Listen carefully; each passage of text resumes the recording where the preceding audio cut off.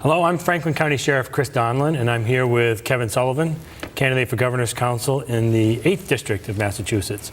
Now, I don't want people to be worried. I haven't given up my day job. It's just I think community television is scraping the bottom of the barrel looking for interviewers during the summer months with vacations and such. But Kevin, welcome to Franklin County. It's good to see you up here, and this is not your first visit to Franklin County this campaign season, is it? No, it's not. We've been up here on numerous occasions. I thank you for taking the time to invite me up here today and taking the time to ask me a few questions. And obviously thank GCTV for giving me the opportunity to introduce myself to the people of Franklin County. Well, it's great to have you here. Tell me a little bit about your background. Where are you from? Good. Born and raised and still reside in Westfield, just down Route 91 a little bit. Graduated from Westfield High School in 1984. Moved on to Union College up in Schenectady, New York. Stayed up in the Capital District of New York. Went to law school at Albany, where I graduated in 1991. I met my wife, Laura, at law school, and I dragged her back to Western Massachusetts. We reside in Westfield with our two kids. I have a senior, going to be a senior at Westfield High School, and a sophomore at Westfield High School, a boy and a girl. So we've been in Westfield now since for the last 20 years. Practicing law in Springfield. I have offices in Springfield and in Westfield. I've been practicing since 1991 on the corner of State and Main and in Springfield, so I've become very familiar with the legal community out there. We do have some roots up here in Greenfield as well. My father and mother lived up here on Federal Street for a couple of years. My older brother Brian was born up here. So it's nice to get back to some roots in Franklin County whenever we're making a campaign trip up here.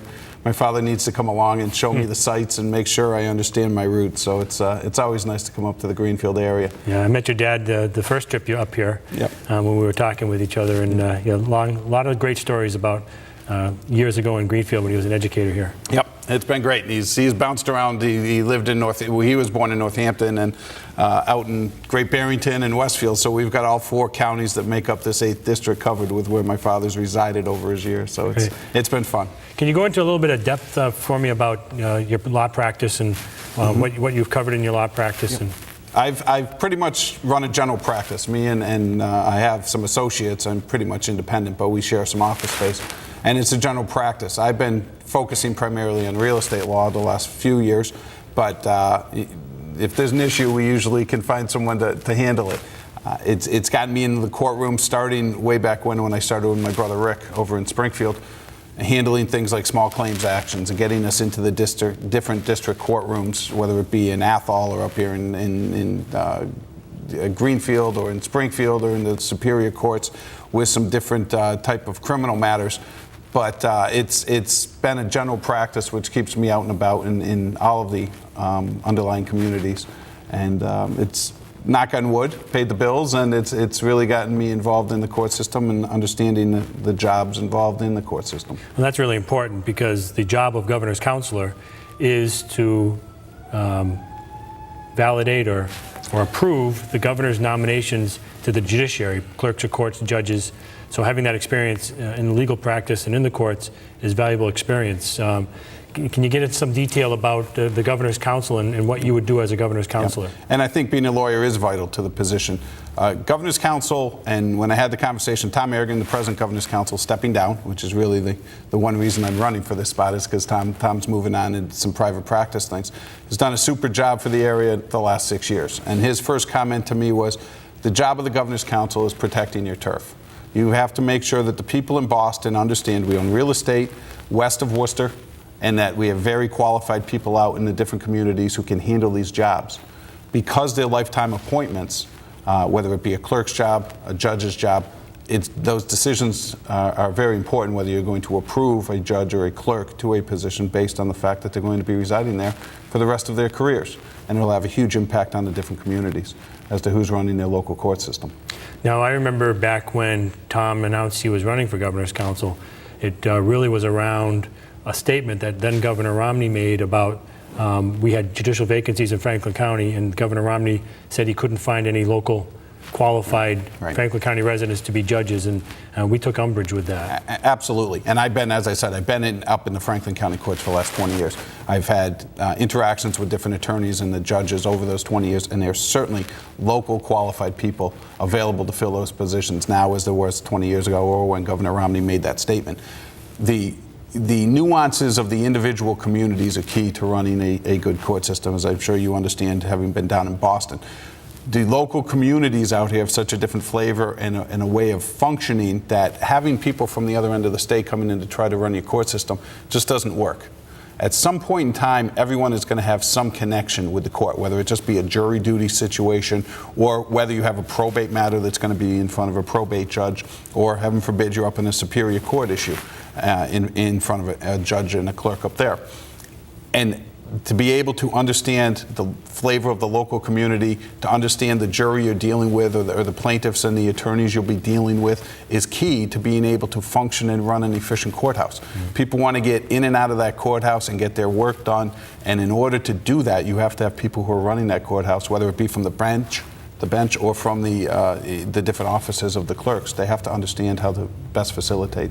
And we just had a very interesting debate in Boston about this crime bill that Governor Patrick ultimately signed. But the biggest debate, I think, within the context of this crime bill was judicial discretion. Whether the legislature should set time frames for incarceration, or whether the legislature should set boundaries and then give the judges flexibility. Mm-hmm. So your role as a governor's council to pick the best people really helps in a debate like that, because if we feel comfortable that qualified jurists are on the bench, we feel comfortable with that discretion. Absolutely. Minimum mandatory sentencing is a key component. Obviously, everyone wants to be tough on crime, and your job as the sheriff now, you understand that better than ever. But what you have to do is be able to rely on the judges who are making those decisions to make proper decisions, understand what the penalties are, and there are always going to be situations where things fall in the cracks or there's some gray area, and you need a judge who understands the system, who understands the local flavor, and who can quite honestly make those decisions and stand behind them and be accountable for those decisions moving forward. And again, that's where the qualified local judges and clerks come from, and that's why it's so important we find them. Yeah, we've had a long history here in Franklin County of really progressive ideas and progressive values when it comes to the administration of justice, going back well over a decade to some of the programs we've done here with the drug court, sentencing circles, restorative justice, these types of programs. And when you talk about the local flavor, that's what we've done here. And it's important, I think, for us to get a sense that our governor's counselor understands those programs and that vision that we have and takes that into consideration when considering judicial nominations for Franklin County. Absolutely. And it's not just Franklin County. It makes up, this seat makes up 96 cities and towns across Western Mass. So I've had the great opportunity to talk to you about your issues, go out and talk to Sheriff Bowler out in the Berkshires and Mike Ash in Springfield, and get the different programs that have been very productive in your local communities, and then the sheriff's departments together, and the cooperation you've had between the four counties, quite honestly, is very impressive. And quite honestly, they've come up with great ideas as far as how to, whether it's rehabilitating people or making prisoners just more active and their self-esteem's better, so they're going to go out and become better citizens in the community. And to see these programs at work has been great, and whatever I can do to help facilitate those is certainly a job of the Governor's Council that would be a benefit and a pleasure to work towards achieving. Now let's kind of give people a sense of what a day of a Governor's Council looks like. I have a little bit of experience from my time in Boston, but I think it's every Wednesday. Correct. The Governor's Council comes together. The governor has a vacancy in a court somewhere in the Commonwealth. He goes through an application process. He picks somebody and basically hands it off to the Governor's Council, and they debate it? Correct. Judicial Nominating Committee will come up with a name in conjunction with the governor. They will vet the person, and then that person will be put forward in front of the Governor's Council. Wednesdays, it's a part-time job. So I'm still going to be a lawyer. I'm still going to understand, how the nuances of the courts are going to evolve, because I'm still going to be practicing law. But on Wednesdays, I'll be in Boston. And in front of us, on any given Wednesday, will be people, whether it's clerks or judges. It could be a probate judge, a housing court judge. It could be someone, an appointment to the SJC, the Supreme Judicial Court in Massachusetts, or the Court of Appeals. But the job of the 8-member panel, the Governor's Council is made up of 8 districts, ours being the 8th, is to question these people, make sure they're qualified, make sure they understand the rulings that have preceded them and how they will rule going forward, why the governor and the Judicial Nominating Committee think they're a qualified person, and really kind of get in depth as to why they are qualified and why they want the position. Because again, it's a lifetime appointment, so you have to take this job very seriously, and I certainly plan on doing that. I can imagine as a lawyer, your juices get flowing at the opportunity to perhaps engage in what would be one of the most important jobs as a governor's counselor, and that would be the opportunity to have hearings on a Supreme Judicial Court nominee. Absolutely. I mean, whether or not the Patrick administration has that chance in the next 2 years or not is up in the air, but within the near future, there'll certainly be some new appointments to the SJC. And to be able to really vet a person who's going to hold that much power is very appealing and quite honestly very important.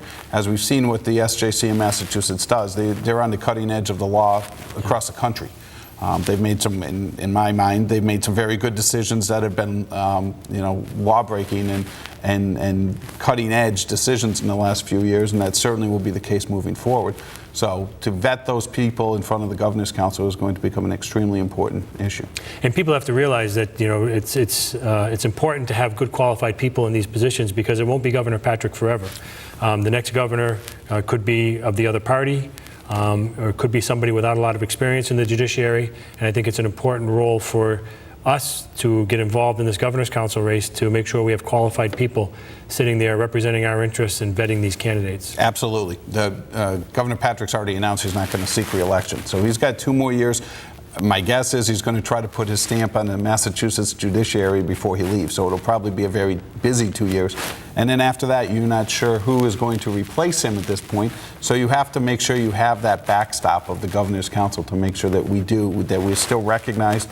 I think the present governor and the lieutenant governor have been fantastic about making sure we have representation out here in Western Massachusetts, but you have to make sure the next person who sits in that corner office in Boston is going to have the, pay the attention that Governor Patrick has done to Western Mass. That'd be great. Mm-hmm. So what's been your favorite part about campaigning so far? Absolutely getting out and meeting the people. Yeah. People like yourself have been fantastic. The district attorneys, both in Hamden, Hampshire, and Franklin County with Dave Sullivan and Mark Mastriani have been phenomenal. And then you get down to the state delegation, the different legislators who have their own ideas and opinions, and then the people who really make the difference, and that's the voter, the average, everyday voter who, quite honestly, doesn't know what the Governor's Council does for the most part, so educating them.